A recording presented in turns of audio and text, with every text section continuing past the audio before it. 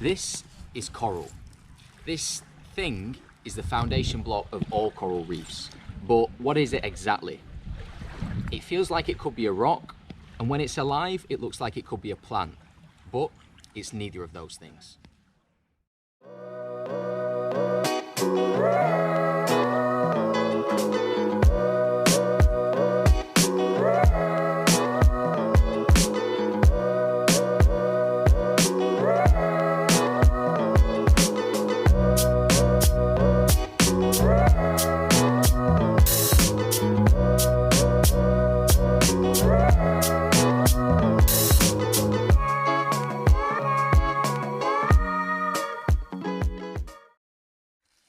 I'm still on the island of Koh Tao, and in Koh Tao there are lots of coral reefs.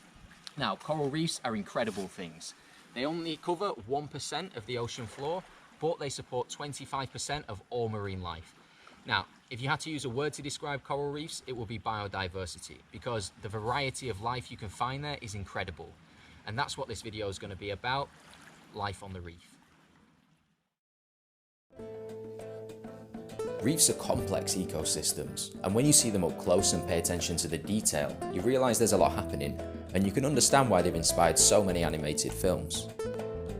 They really feel like busy underwater cities, the way the fish interact and go about their lives, or how each species plays a different role or lives in a different area. Small fish tend to stay within a specific neighbourhood, like these damselfish. They stay within a territory about the size of a bicycle wheel, and they'll defend it their entire lives. And they're very territorial, so they won't waste any time chasing away fish that get too close.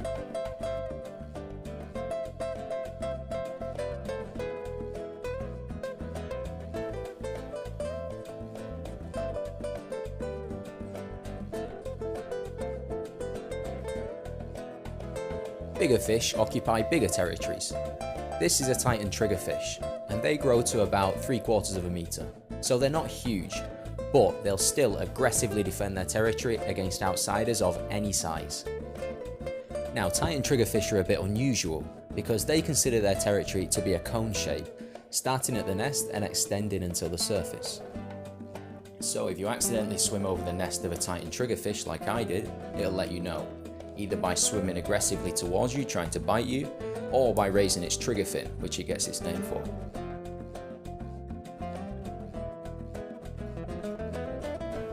Instead of defending a territory, some fish prefer strength in numbers, like these fusiliers. The idea is that the more of you there are, the less likely a predator chooses you as its next meal. And as you can see, these schools of fish are huge, so it's safe to say the principle works.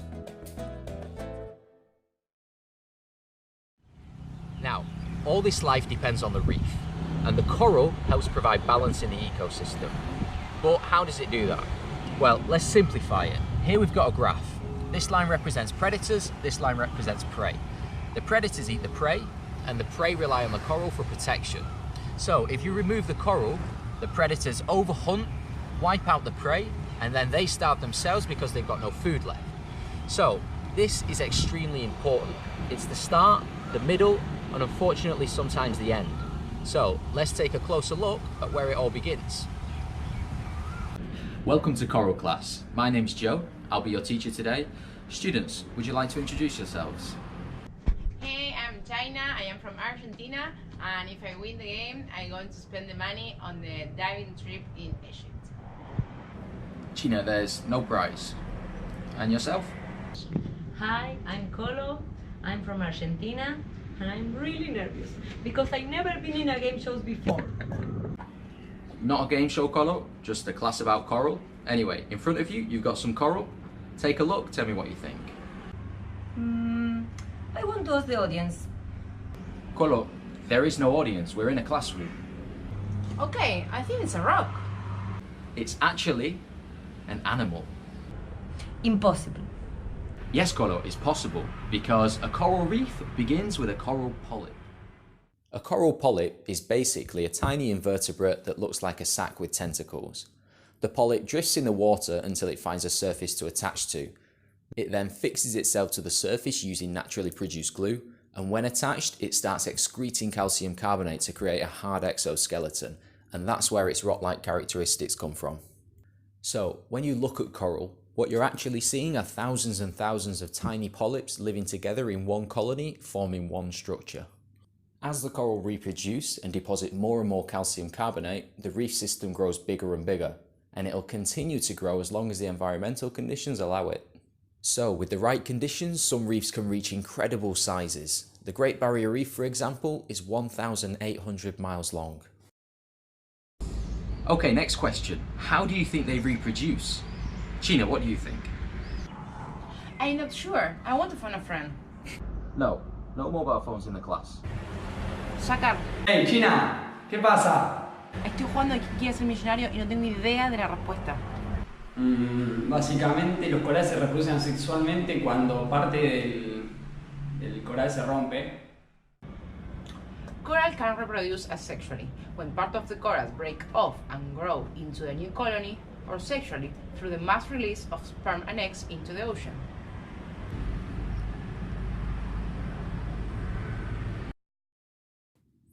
As the coral grow, more and more habitats are created for different animals, and that helps the coral improve its diversity.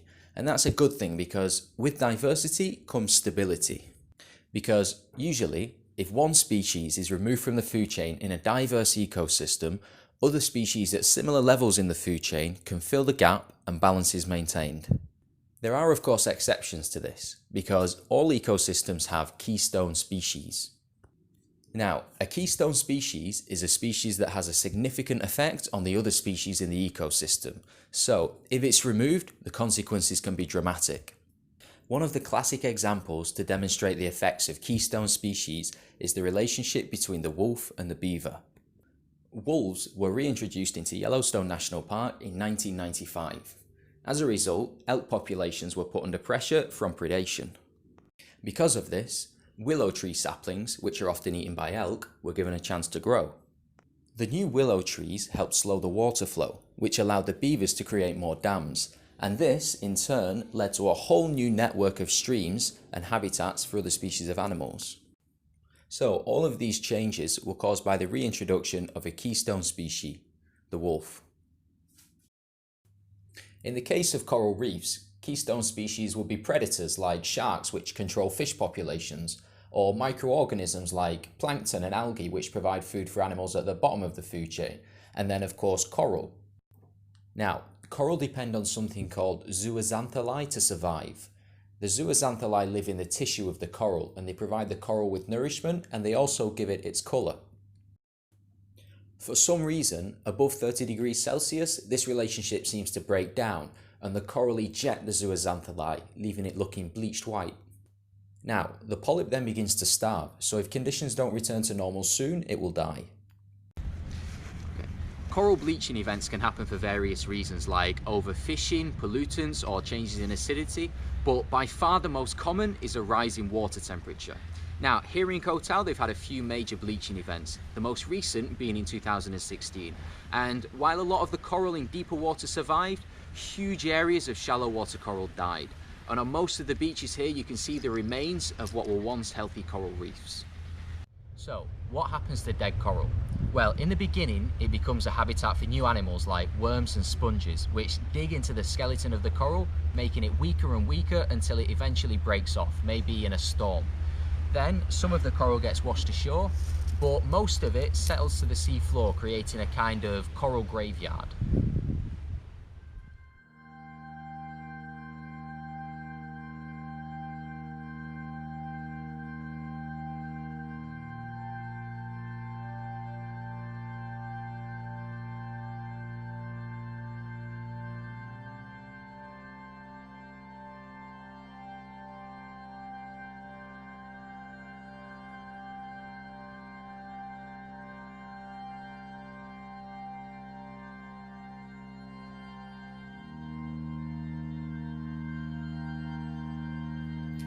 When the coral dies, many of the fish die with it, and that gives an opportunity to algae, because the fish that used to eat the algae are no longer there.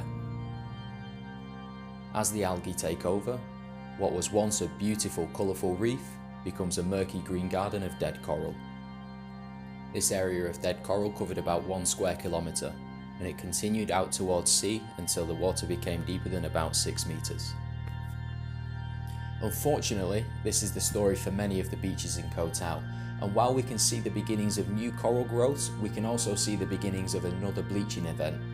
And with water temperatures expected to reach 31 degrees this year, we'll probably see more. Fortunately, it's not all bad news.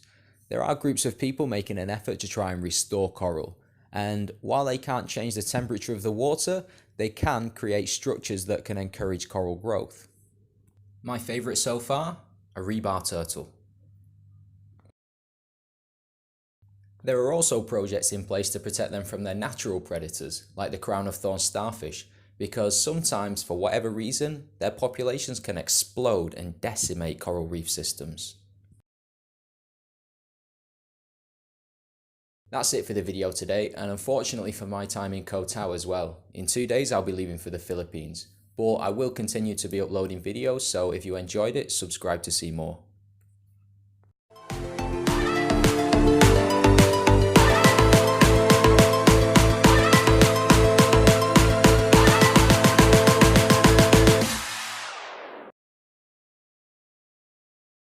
Is over 1,800 miles long.